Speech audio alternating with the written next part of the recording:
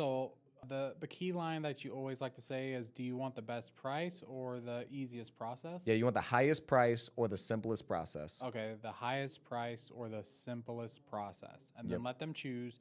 If they say highest price, you're going to probably pitch them a novation price, something that you could list on the market and novate. Yep. If they want the easiest convenience, you're going to pitch them a cash offer. Yep. And then if they really want retail and their house needs nothing, you could push them to an agent if you can't novate it. So if you can't novate it, go to an agent, see if you can get a referral. And we've done that before too. Yeah. So that's only if they actually want the highest price. Most of the time, you know what people say when you say, hey, I want the highest price, or do you want the highest price or the simplest process? They say, I want both. Well, that's still a novation. Yeah. And then I guess for the highlight reel, like how many deals are you guys doing a month? So last month we did 33. The month before that we did 41. Okay, so you're averaging between 30 and 40 deals a month. Yeah. Yeah, freaking so crazy. if you're listening to this, this works. This is not, Right. theory or any of this crap. No, yeah. I think, honestly, in my opinion, I think we have some of the best acquisitions guys in the game. Like when I hear everybody's, I mean, I take all of their scripts that I hear these other people, and then I just add it in ours. So like the only person that I've seen, in my opinion, now that can close better than us is Eric Klein. Ooh. When I hear him. You know what? Hold on, Dakota. There's a huge, division that's happening right now in the real estate industry. I don't know if you're aware of, right? There's two camps, right? There's the Pineda, RJ Bates, 15-minute close. Yep. How long are your calls? Probably about 15. Okay, so I'm going to put you in that bucket. Okay. There's the RJ Bates, Ryan Pinedas, I'll say Brian Davila too, Dakotas, and then there's the Eric Kleins, Tiffany and Josh High, and that's about it. I think there's like other people that they think they should be on the calls for 45 minutes and up in order to make sure they get a contract. Really? So where do you stand on this? Yeah, so I would say for me, you're not asking good enough questions. Now, the funniest part is I think with RJ Bates, when I heard him, I'm like, bro, he definitely disqualifies too fast. He's pretty brash and he's pretty to the point. I think that works for like the Closers Olympics because you have a short amount of time where you're just like, dude, I got 20, 30 minutes and I got to find out, get somebody right now. But that's not realistic either. But what I think you need to do is like my goal in every call is going to be...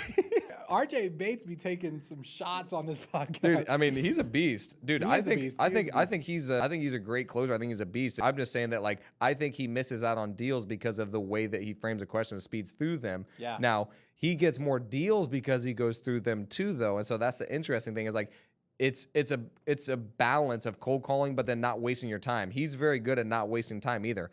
I have intuition to where I'm not going to waste time, but I'm also not going to waste a lead. So my goal is to get them to the furthest step that I can get to. In my sales process, there's 5 steps.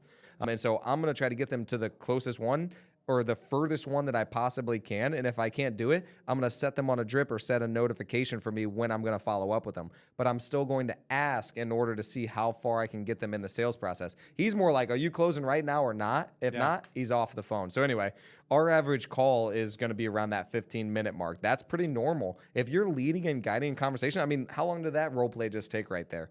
How long was that, Brianna? Probably 10 minutes. Yeah.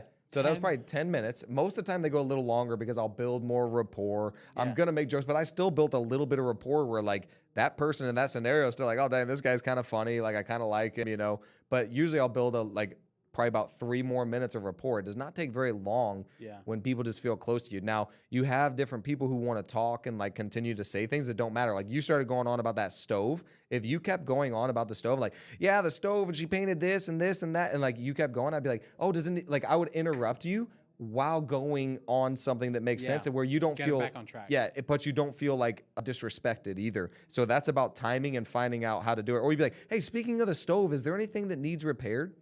And then you're just like, you're redirecting the conversation. So in my opinion, those are unskilled salespeople that stay on the phone call for 45 minutes. It does not take 45 minutes. Now, here's the other side of it. I've been to where I had to close a deal and it took me 2 hours to close deals before because like they have other stuff that they really do have to work through. And so I'm willing to stay. I think the differentiator is going to be if you actually have a deal or not. And most people stay on it when they don't even have a deal. They're just sitting there,